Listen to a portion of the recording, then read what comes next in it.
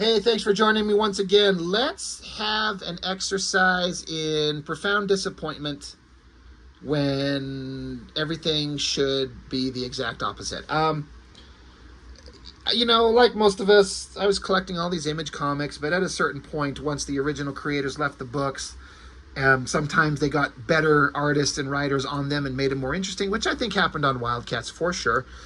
But at a certain point, it's just like there's too many books, there's too many titles. There's all the Wildstorm, there's all the Top Cap, there's all the Extreme, and then Spawn and whatever spin-off titles he's doing, and Dragon, and plus all the Marvel books you want to get, and the Dark Horse and the DC. And God, you got to be a rich person to collect comics in the 90s. Unfortunately, in hindsight, you might be like, I should have never collected this garbage in the first place. I did start cutting shit out, and I was done with Wildstorm in a lot of ways, not with everything, but just certain things. Once these crossovers happened, Fire from Heaven, I don't even know what was going on. So why do I have this issue? I just got this in the mail as of this recording yesterday, and I ordered it from that Facebook page where people have books. And it says Fire from Heaven, don't care. Finale number 2, don't care. Alan Moore and Jim Lee, wait, what the hell? Oh my God. All right. Well, a Jim Lee comic I've never seen. At this time, I would have been collecting anything Jim Lee drew. I had, moved far into the, Jim Lee's work wasn't inspiring me or exciting me the way it used to a couple years earlier, but at the time, I'm still going to collect anything Jim Lee draws. This is news to me. First time I've ever seen it. So I flipped through it, and then I was like, well, this is going to be a boring Wildstorm story. But I'm like, wait, this is Alan Moore writing it. It's got to be interesting. And I will admit, there are certain parts of the dialogue that are more interesting than your standard boring Wildstorm bullshit. But if I had to guess, that the story was already in progress, probably. And on some level, I don't know. And Alan Moore was just kind of handed like, hey, this train's moving in this direction. You can take over, but right now we're on this particular track, and you got to run it on these tracks until you can trail off and go off on your own path. So I can't imagine Alan Moore is writing any of this Fire from Heaven shit and giving a crap at all. If you know otherwise, let me know in the comments, because I don't know. But I'm like, anything Alan Moore's writing has got to be kind of interesting, but no, not really. Cover roll call. I mean, remember when Jim Lee would just do the most inspiring, incredible covers ever? Like, almost every Uncanny X-Men cover he did is just incredibly amazing. Like, not one of them was boring to my recollection. Just for fun, I got some of them sitting right here. Let's bust out some. Let's talk about iconic covers. How about Rogue fighting Ms. Marvel right there? How about Gambit fighting Wolverine? How about one of my favorites here, Wolverine fighting the whatever the hell this guy's name is, Cameron Hodge. Great. So I got a whole pile of Uncanny X-Men books, and I got them all twisted around here. Oh, maybe one of my favorite covers in the history of ever. How about that one? I mean, how about Wolverine fighting characters? Wolverine fighting Gambit, Wolverine fighting the Mandarin. Man, I really like the rendering that Jim Lee used to do this way. It's a little finer, kind of more realistic kind of rendering before this crosshatchy line work. But both are awesome. More of my favorites. How about that one? Fantastic. How about that one? That's great. How about that one, which is a fold out? I'll get to all these books eventually, don't worry. Oh my God, another one of my favorites. That guy right there? Too many books and not enough hands. The Magneto Rogue cover. I feel like it would look better. I mean, I like Nick Fury, I like Kazar, but get rid of them and just have Rogue and Magneto. How about that one? Just dynamic and powerful. Havoc with the Extinction Agenda. Man, what else do I got? That one's pretty awesome. Just flipping through them all here. Well, because I've already committed to this idea, so we're just going to keep going. I think that's basically it. My point being is Jim Lee would just do amazing cover after amazing cover. And maybe it's just my youthful excitement at the time that I can't admit that it's just nostalgia for all these things. But is this even come close? It's fine. Hot girl zealot standing there with the sword. Some redheaded girl with fire. I think that's Fahrenheit from Stormwatch. You got stupid dumbass Maul in the background, and you got obnoxious as shit Grunge from Gen 13 sitting there giving us a thumbs up like an idiot. Don't care about the characters. Don't care about any of this nonsense. So it's like, Jim Lee, goddamn, what happened? I don't know. So, I did kind of speed read this thing, trying to find interesting bits and pieces. Yes, there are parts where Alan Moore's scripting in this has interesting kind of plays on the concept that make it more interesting than all the other kind of boring image stuff that's been put out there forever. But just kind of barely so.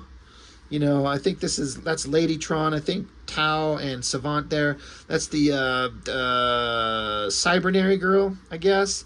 Couple of random kids. The whole point being, like, there's some kind of horrible threat up in space on the moon. Where are all the heroes? I don't know. They all took off into space, and we get a giant double-page spread of all our heroes heading to the moon to go fight something or someone.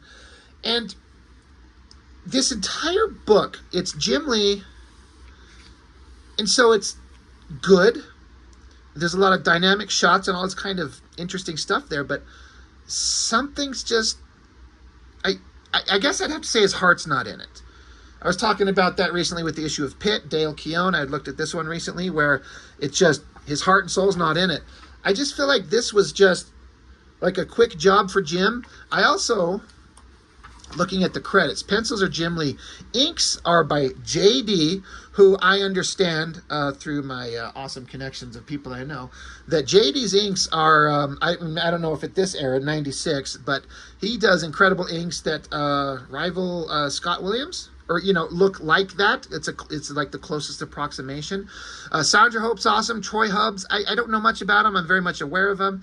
Danny Meeky, we all know him, but I don't know where Danny Meeky's skill level was at this time. This is 96. Sal Regla, Edwin Rossell, Art T-Bear, Tim Townsend, all great inkers. But what a pile of people to get handed these books. So I feel like Jim Lee was pumping out these pages very much quick breakdown style, and then left it up to the inkers to define it and make it look awesome. And what inker wouldn't want a job inking Jim Lee on an Alan Moore written book? I have to imagine all these guys would be like, oh my God, this is, excuse me, this is great. It's never going to be remembered like Watchmen. So all that to be said, all these characters, I was going to do like roll call, but I'm like, I don't fucking care.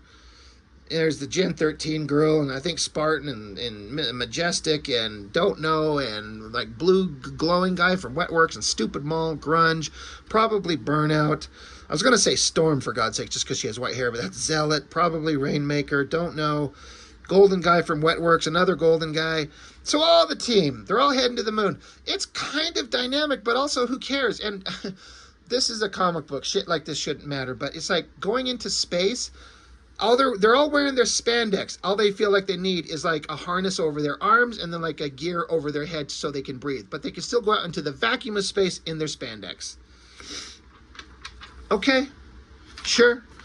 But also, to make this comic fast, and I'm sure Jim Lee, again, was pumping these pages out quick, but he can pump, even his breakdowns are amazing. They're in space and on the moon. So that means no cars, no planes, no buildings, no trees, no mountains. It's just black space and maybe some rocky rubble on the ground. So, sure, there's a lot of characters to draw. I bet Jim's pretty fast at pumping these things out. So, yeah, they're off to go in to do battle. Spartan, he suddenly remembers his memories. He's a guy named John Colt, this old hero from back in the day, and that's his memories that are actually in the body of Spartan now. Boy, I don't care about that at all. I don't know how long that lasted. Majestic is there. There's a little bit of fight between them. They're on the moon to go fight some bad guy of some type. So they're all gathering. They're separating into teams. Send out a, what the hell's the word? A preliminary sweep Some of you Stormwatch fuckers, go do a preliminary sweep. And they're like, all right, well, let's go. So this is some, I guess that's Jackson King. I think that's Hellstrike, Fahrenheit. Oh shit, look, Union is on the moon fighting somebody and another somebody. Oh shit, they trampled the American flag, you fuckers. Somebody better stand that back up. So like, oh shit, hey, Union's over here fighting a couple of somebodies. I guess I should say I was going to try and like see if I could identify who's inking what. There is no way. I flipped through these and tried to like see if I could tell. I can definitely tell when some of the inking is definitely different. If I had to guess, I'm going to bring this panel up close. On Spartan's face, my first thought is that that's Art T-Bear inking. I don't know that, and a more learned eye might be able to say otherwise. But this stuff over here looks as good as anything I feel like I've seen Scott Williams do at the time. I don't know. But this definitely jumps out as not Scott Williams, because he doesn't ink anything on this. But JD doing it, maybe he's doing approximate, maybe, I don't know. It doesn't tell you what pages. But there's so many inkers, there's just no way to know who's doing what from my perspective. So yeah, they're on the moon fighting this guy. I think he's supposed to be Damocles because he's got the sword of Damocles and he's the bad guy. There's something about they're going to take... The moon has some kind of engine built into it, and they're going to activate the engine to send it hurtling into Earth and blow everything up. That's the fire from heaven, I think. So our heroes, goddamn, they're heroic, showing up to stop the moon from smashing into Earth by fighting the guy that's got a glowing sword. I could not be more excited to read this comic. Gen 13 girls are having some conversations. Fairchild's like, my dad's over there. I gotta go help him. Who cares? Oh, I like Union. I didn't like him before. This fucker stood the American flag back up. This hunk of lifeless rock, the moon, is ours, and we're gonna take it back. Good job. Whatever. They're just standing around. They're talking. There goes the heroes into a big charge. Again, Jim Lee does all this pretty damn good. Better than most people at the time in terms of like superhero comics, but when you don't really care about the characters or the story. Remember when your favorite artist would draw one of the coolest, when you have like the coolest stories and the coolest characters and you get the right artist on it and it all builds up to this long-standing storylines with characters that you know, and you build up and you build up and you get your ducks in a row and you know the motivations of these characters, and then down the road, years into it, you do an amazing big crossover and you get the Dark Phoenix saga, and you love it because you love the characters. You understand who everyone is, you understand their relationships, and tragedy makes you sad, victory makes you happy, and in an Image comic, they're faking it all for like a false kind of approximation of that kind of awesomeness, and it doesn't work. Who gives a shit about any of these characters? Like no one, in the way that old school stories used to do, like the Avengers or the Justice League or anything like that. But in terms of visually drawing cool shit, modern superhero comics at the time, Jim Lee was the premier guy at the time. Like, who was better than him? It's all subjective. I know, you don't got to tell me. I think this guy's better. But generally speaking, Jim Lee was like the go-to guy. Don't know who these characters are. She's kind of hot girl. Like her hair. Like the kind of outfit. I like this face on her over here. Don't know who any of these people are. And I don't care. Thank God Maul showed up. Somebody shoot him in the head, please. Just empty his purple monkey brains all over the floor. This guy's trying. But then Fahrenheit, she shows up and melts his face. Hot girl that's over here that's wearing like a almost naked outfit, she goes charging after Zealot.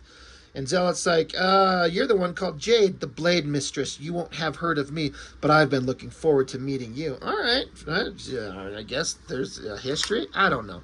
They charge at each other. And the storytelling wasn't super clear here. I got it, but I had to why did they just run by each other? But the implication in the story is that they're charging at each other, and Zealot kind of ducks and moves and maneuvers out of the way from the strike from hot naked girl with the dragon tat on her ass, and then sneaks behind her and stabs her in the back. So outmaneuvers her and takes her down quickly. It probably could have been shown a little bit better.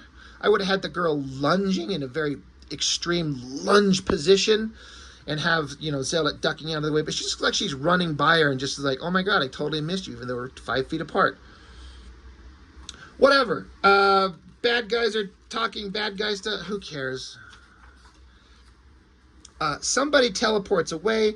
Zealot says, oh my god, things suck. If we don't fix this, it's all going to be for nothing. There's some, I'm sorry to say, kind of some shit inking going on in this page here. This face of Zealot, again, I wonder how much penciling was done for whichever inker got this page, but if you look at those lines on the shadow of the side of the nose, and then the cross-hatching lines on the little triangular points on her cheek, I mean, the lines that are being thrown are like sharp and clean, but it looks weird. It doesn't, I don't know. It'd be interesting to, again, see what the penciling looked like.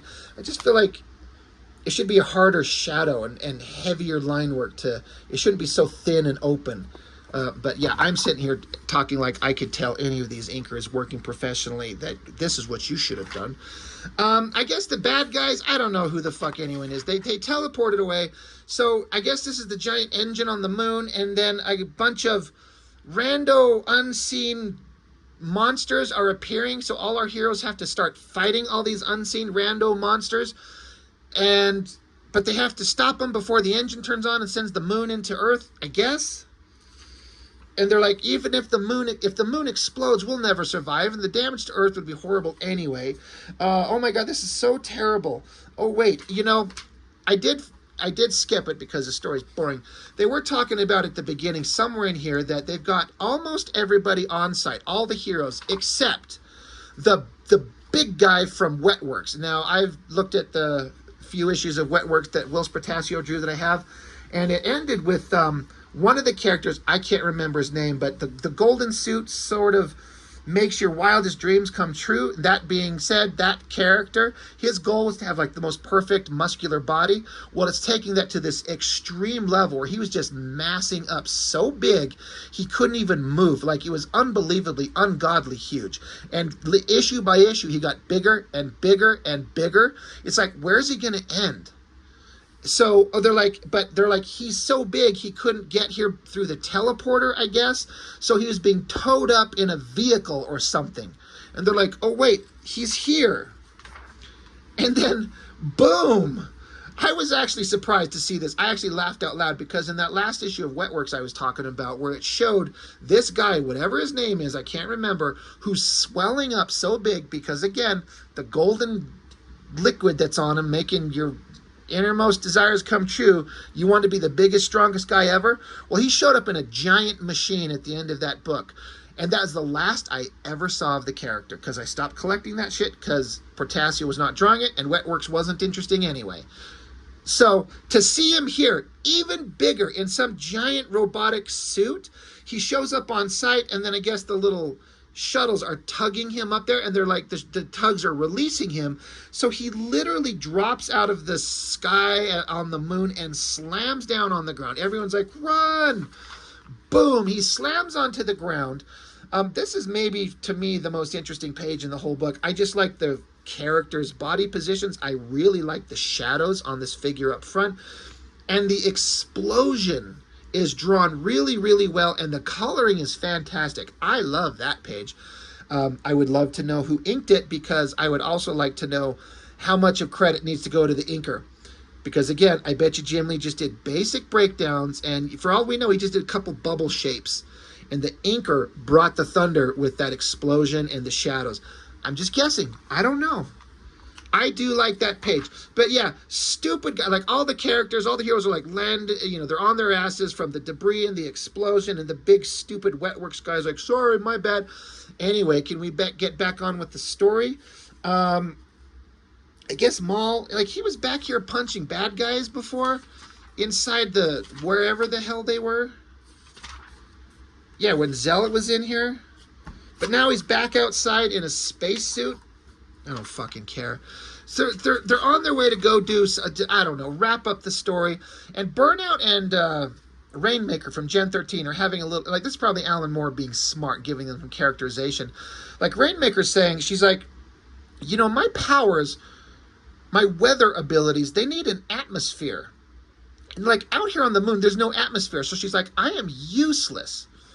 And Burnout's like, yeah, I can't project fire inside my suit. I don't know if he can't project fire from his hands. I don't know.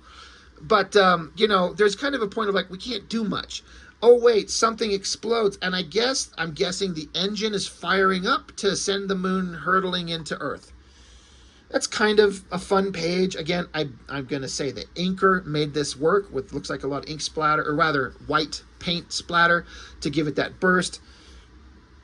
So, all in all, seeing a Jim Lee comic that I've never seen before was kind of fun. All his kind of standard figure work is in here. It's something that I've seen, and so it's like I like seeing new stuff, even though it's like 3 decades old. It's new to me, but also like, wow, it's just...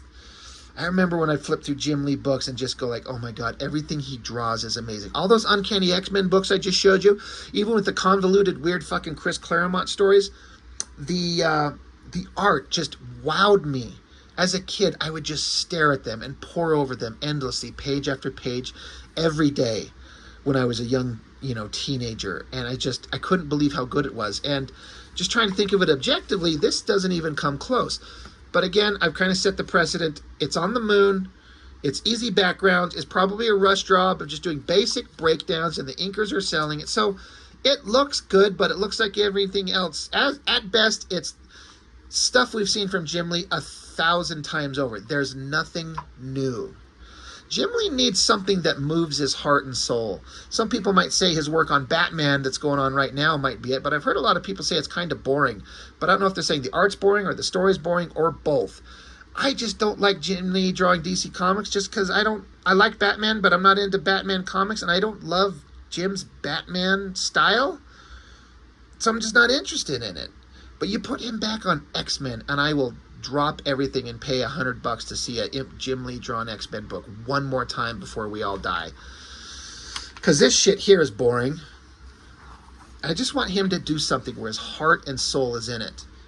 And this is not it. And again, this is from decades ago. So anyway, just a weird little random thing to run into, and I just thought I'd share it. I got it for like, I don't know, $2. And content for the channel, and new Jim Lee artwork to me. It didn't impress, but, it's nice to see it. So, yeah, that's all I got. Thanks for watching. I appreciate it. I'll see you next time.